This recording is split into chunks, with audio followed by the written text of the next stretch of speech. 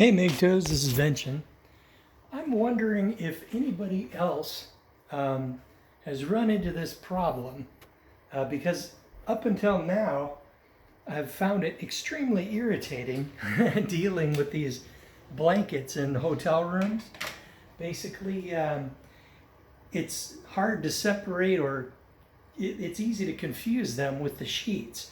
But what hotels are tending to do these days is to wrap the blanket into this weird case, which is like a sheet that entirely wraps the blanket except for one side, right? And I don't know how they load new blankets into these things, but but if you don't understand how it works, it's easy to get all tangled up and have a big, huge wad, and nothing seems to make sense. And I was having problems with that, but then I really looked at it and examined it with the eyes of a mechanic. And I discovered how it happens, right? Well, what they do is they have the blanket and then they tie it up and wrap it all up with the sheet, and it's a big, huge pain. But if you can solve it, you've got a chance to sleep comfortably. So here is the blanket on top, right? And they have it like, they usually have it all tucked up like that, right? But the trick is to unfold the top sheet, or the actual top sheet, or the sheet you use, the real conventional top sheet, and then have the blanket separate, right? And then just sort of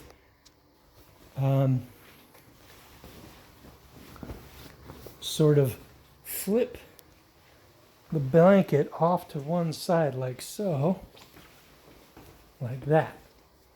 Then, then you've got the sheet, and then, or actually the sheet is over there. Then you got the blanket, and then you can just flip it back like so. And notice how the blanket here, this is the actual blanket, and then here's that case. It's freaking bizarre, man. And it's so easy to get all, and to mistake this for the sheet and get all tangled up. So anyway, and I go all the way around and untuck everything with it, they all tucked in. And then I untuck the top sheet that I will be using that evening, like so.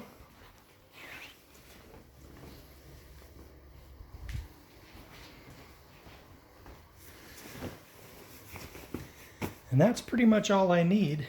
I could untuck the other side, but I don't think I really need to because I've got plenty of sheet here.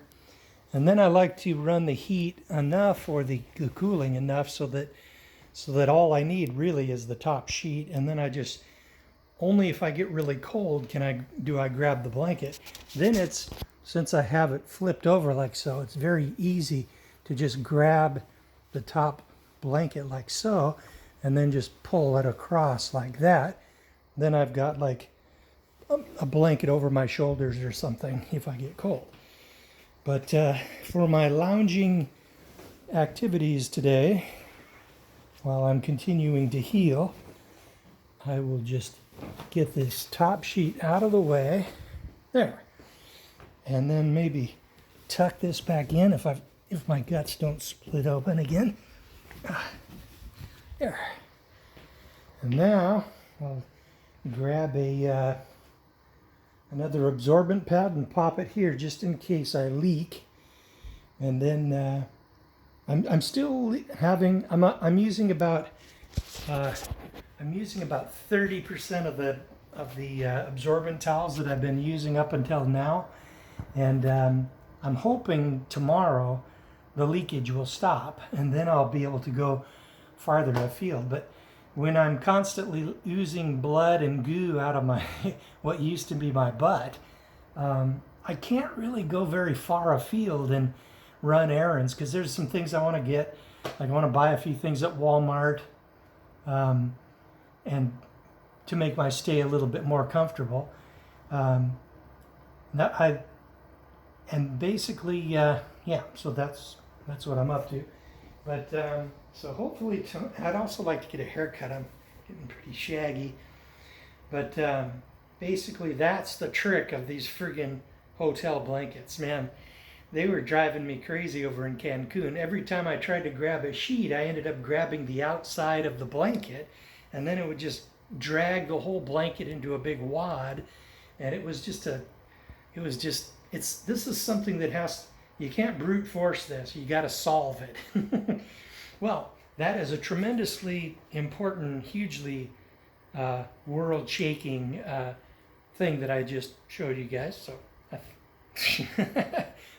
but you know, I'm a big fan of being comfortable. You know, like over in Saudi Arabia and Iraq, I considered it my job when we weren't actually doing anything else.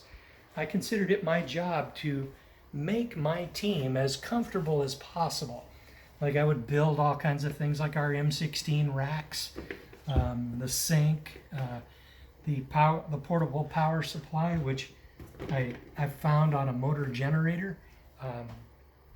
They thought it was part of the heating system, but it was actually an old abandoned motor generator still on the vehicle, which was used at one time to drive a ground rod driver into the ground, right? But we ended up just hammering him in ourselves, and then basically we did all of our intercepts through that, right? But that motor generator, I mean, it scared me when I first activated because it went right, but then I went and then I checked it. I couldn't believe my eyes. Checked it with that little crappy multimeter. I had to like build my own leads for the multimeter because Sears didn't send me the right leads or any leads for the thing. It was an old analog. Man, that's getting to be a long time ago. We had a GPS that was about this tall, about a foot tall, and it was about like the size of a mini boom box, and it had this big cylindrical antenna, and it was very unuser friendly. But you know, read the manual, and I was able to operate the thing, and we were able to find our way around Iraq better than a lot of the other teams. So yeah, comfort and well-being has always been a higher priority for me, you know. I see no reason to be uncomfortable if you don't have to be. So, yeah, actually, I actually got a, what do they call it? A bronze, not a bronze, I don't know if it was a Bronze Star or an ARCOM, Army Commendation Medal, just for my technical stuff, you know. Oh, did you hear the fart? Basically, this colostomy bag, if it starts getting a little more full, right, and then my intestine like farts at unpredictable intervals, it can act like a sound box on a guitar, and you know, then the whole room gets to hear it. What fun! But in any case, I'm feeling better and better, and room service kicked me out, so I did a little walking and did a few financial things, and then I was ready. Man, it's amazing how tired I get so quick. So by the time I was done and I came back here, the room service had just finished, and I am just going to kick back for most of the rest of the day. I don't know if I'm going to eat anything else, because for once this hotel actually had a really good breakfast. They had scrambled eggs with sausages, and they had well, the chips and beans. This is a real Mexican place, right? I shouldn't just expect them to be able to produce what I want when I want it, because they are not really an American style hotel. A lot of the people here are actually Mexican, and at least on the weekend they come here to like party down or something. But man, during the week it's kind of a ghost town. So it's so they don't even run the buffet or anything on the weekdays. They just bring the food to you wrapped in plastic, and boy, it was pretty bad a couple of times. Like these chips with beans on one side and goo all over it, and the chips were like flaccid and weak and like not crunchy. And I took it downstairs and I just put it on the main desk and gave him a scowl and walked off. But you know, they really stepped up that day. They made me some scrambled eggs, and I was a happy customer again. I hate to be so demanding, but man, you got to ask for what you want, or you're not going to get it. Sometimes, a lot of the times, in fact, practically every day, I order Uber Eats, and I go for the more healthy options when I can. When I like yesterday, for example. But yeah, there's a lot of options out there, and I'm slowly getting my feet, you know, getting my bearings.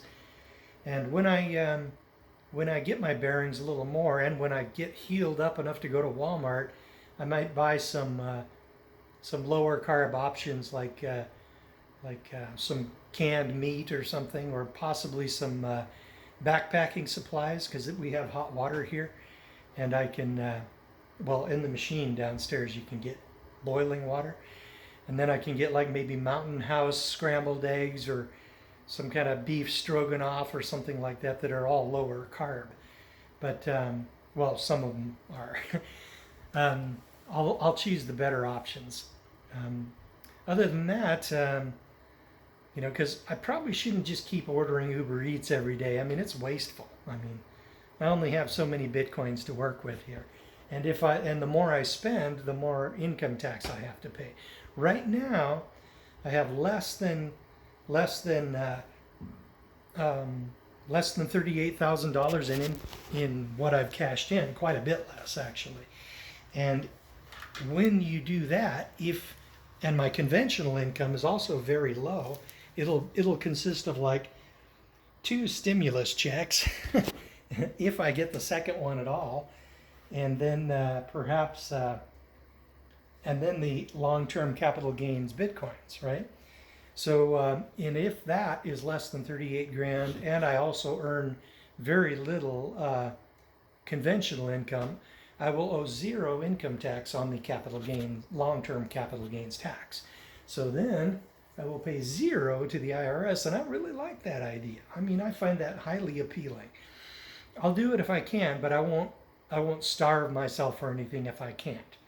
So, well, that's about all I got for you, my brothers, and don't get married.